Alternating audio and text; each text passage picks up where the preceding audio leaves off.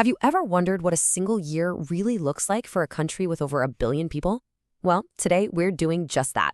We're zooming right in on India in the year 2026 to get a feel for the powerful currents shaping its politics, its economy, and of course, its culture. So let's jump in. I mean, that's a massive question, right? A single year in India is just this incredible whirlwind of festivals, huge elections, and major policy shifts. So, to even begin to make sense of it all, we're going to break it down into a few key areas. We're going to look at 2026 through three main pillars.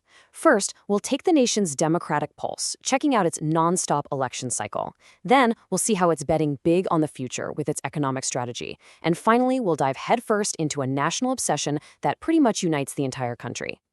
Okay, first up, democracy in action. You have to understand, in 2026, India is in a constant state of political motion. We're talking everything from huge state-level elections down to tiny local council votes. It really proves that in India, the election cycle never, ever stops. The scale of it all is just staggering. All throughout the year, you've got these major state assembly elections that decide who holds power in the regions. You've got by-elections to fill seats in both the national and state governments. And then you have this vast web of local elections. That's the real grassroots of Indian democracy. The year is really dominated by five incredibly high-stakes contests. We're talking state assembly elections in Assam, West Bengal, Tamil Nadu, Kerala, and the Union Territory of Puducherry. Now, these are not just regional fights. Make no mistake. Their outcomes are going to send ripples across the national political landscape for years to come. And that democratic pulse just beats all the way down to the local level. Beyond those big state elections, people in over 20 states and union territories will also be heading to the polls to vote for their local representatives. I mean, this is where democracy really hits home, affecting people's everyday lives.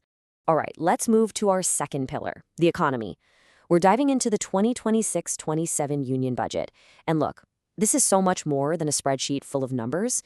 It's basically a mission statement, a declaration of India's ambition to become a global digital superpower. This headline from the government's own brief really says it all, doesn't it? The core goal of this new budget is to turn India into a magnet for global investment in cloud computing and AI infrastructure. So the big question is, how are they going to pull this off? Well, their main tool is something called a tax holiday. To put it simply, the government is essentially telling the world's biggest tech companies, hey, if you build your digital infrastructure right here in India to serve your global customers, we won't charge you Indian taxes on that income. It's a really powerful incentive. And get this isn't some short-term gimmick. The policy is designed to last all the way until 2047. By offering that kind of long-term certainty, India is sending a crystal clear signal to investors that it's a stable, predictable place to make these enormous long-term bets on technology. And the money is already pouring in. We're talking about a whopping $70 billion in data center projects that are already underway, with another $90 billion announced. I mean, these are absolutely colossal numbers that show this sector is ready for explosive growth. This new policy is basically designed to pour gasoline on that fire. Of course, it's not a total free-for-all. There are rules, a very clear framework. A foreign company has to be officially approved, they have to use an approved data center in India, and this is the key part, any services they sell to Indian customers have to go through a local Indian company. That makes sure those domestic sales still get taxed. The policy also uses this really clever tool called a safe harbor margin. The best way to think about it is like a pre-agreed profit percentage.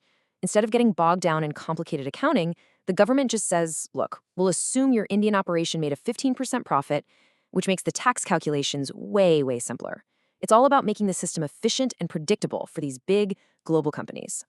So, from the nitty-gritty of tax policy, let's pivot to our third and final pillar, a cultural force that unites the nation like almost nothing else can.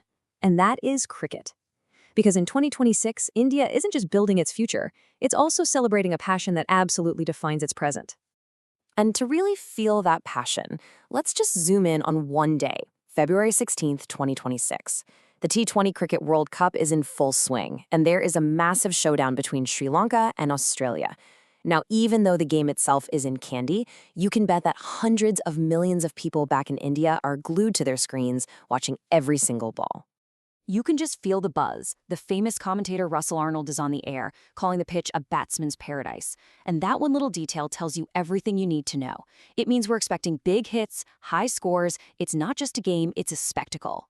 And here's what makes this match so incredibly compelling: the drama.